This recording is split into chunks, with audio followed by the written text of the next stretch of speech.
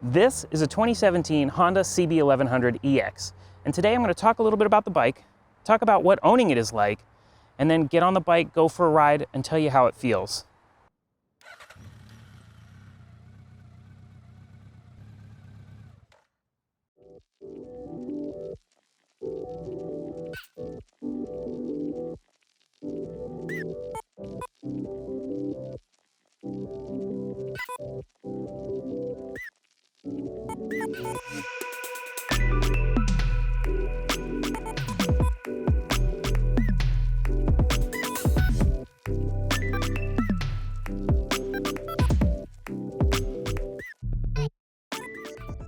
In the US in 2017, we didn't get any other models. This is the EX model, and it's basically the base model, but it's analogous to the deluxe models on the previous years.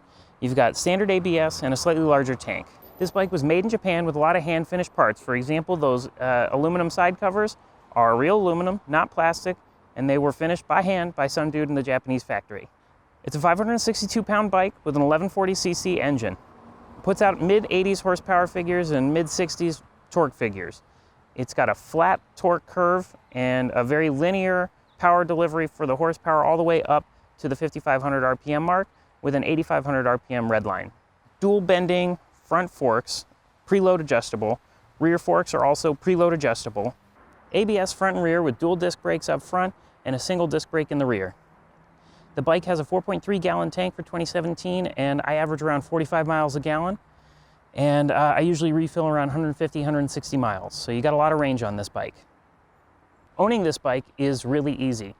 The 12,000 plus MSRP was really high, but in fact, you can get these a lot cheaper now on dealer floors. New old stock is still out there, and the used market is pretty competitive as well. So you get a lot of bike for what these actually go for.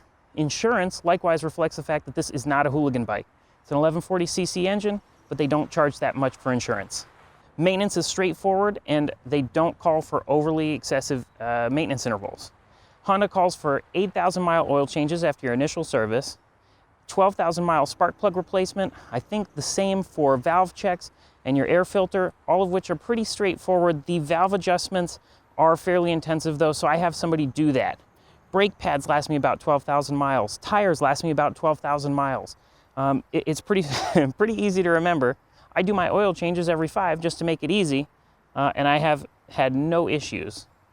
In fact, the spark plugs can usually go a lot more than 12,000 miles, and likewise with the valves. If you don't hear any sounds, you probably don't need to get them checked or adjusted. They're really durable, shim under bucket system, and it's kind of expensive, so a lot of people try and avoid doing it as often as they can. Well, that's enough talking about everything you can find on the internet. I wanted to talk about what it's like to ride. My initial impression getting the bike off the kickstand is that you can really feel the weight here. As I mentioned, it's a 560-pound bike fully loaded. When you're riding it, you don't really feel the weight. It handles low-speed maneuvers really well. Part of that could be the really light clutch pull, but trying to roll it around while you're standing beside it, you can really tell. Ergonomically, the bike is very neutral. The mid pegs under your butt and the bars are fairly upright. It's a comfortable bike. I'm 5'10" with a 33-inch inseam and can very easily flat-foot the bike, but it's wide, so I don't know if it's the side panels or just the frame, but when you're at a stoplight, shorter riders may have some trouble with that. Even when you're sitting up on it, the tank feels wide compared to a lot of others, especially like the T120 or the Moto Guzzi, which other people are cross-shopping. It's not uncomfortably wide. It makes gripping the tank with your knees pretty instinctual, but it's wide. That's just initial impression. The wide and heavy chassis comes with a wide and hefty seat, which keeps your butt alive on long rides and lends itself well to two-up riding. My girlfriend and I have done plenty of day-long rides on this bike. I think my furthest was 700 miles in a day, but I did that one solo. She would not be able to handle it. And speaking of long trips, the EX models have a bigger tank than previous standard models, which it's up to 4.3 gallons. I usually refill the tank around 150, 160 miles, but if I really tried, I could get over 200 miles to the tank. I think my 25,000 mile average miles per gallon is 43 miles a gallon. So not too bad, but not great. Bear in mind, I also commute on this bike in city traffic with a lot of lane splitting required. The size of the bike is not a limiting factor, really. I have no issues doing that day in, day out, except that the included mirrors, which I like because they help a lot with visibility, they are at car mirror height, and that can be problematic in very tight quarters, like when you're filtering up to the front of a stoplight. There aren't a lot of features on the bike. It's just a really retro riding experience. The ABS is unobtrusive, the LED lighting makes it easy to be seen by cars. The dash is really pretty at night. I will say, although the headlight is bright enough to be seen, the pattern it throws is pretty useless, so if you're planning a lot of late night country riding, you may want to grab some auxiliary lights. So ultimately, I kind of wanted to talk about who this bike is for. It can do a lot of things really well. It's comfortable enough for long rides, but unlike a real touring bike, it's not so bulky you'd consider skipping it on a quick trip around the neighborhood. It's not a sports bike, but it'll keep up with your fast friends in the canyons well enough too. I won't pretend it's without its limits, though. It's not an ADV bike, period. I did some dirt and it was very scary, and that oil pan is just aching to be pierced by a rock. It's got no wind protection. It's not a small bike, not particularly efficient, but for most people who can only have one bike, it's a really solid contender. Compared to a lot of modern, naked, standard bikes, it doesn't perform the same. It's not a hooligan bike.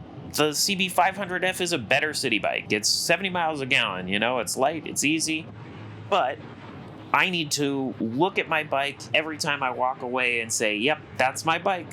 And I don't on a lot of more modern bikes. For me, the retro styling really speaks to me. It's a great all-around bike for people who can only have one bike. It's a really solid contender if that's what you're in the market for.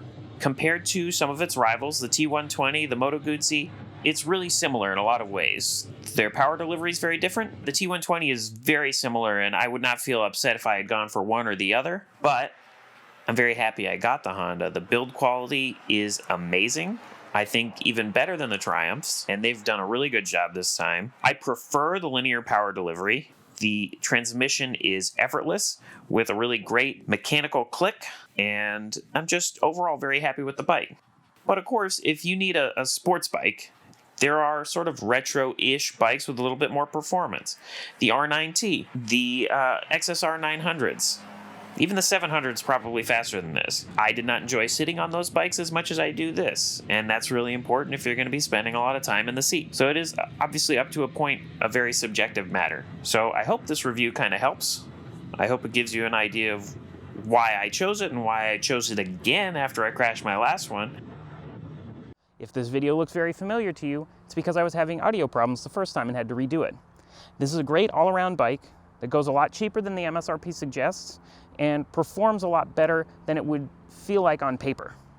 Once you ride it, it's a very comfortable kind of all-around bike, and I highly recommend it if you're in the market for something and the styling speaks to you.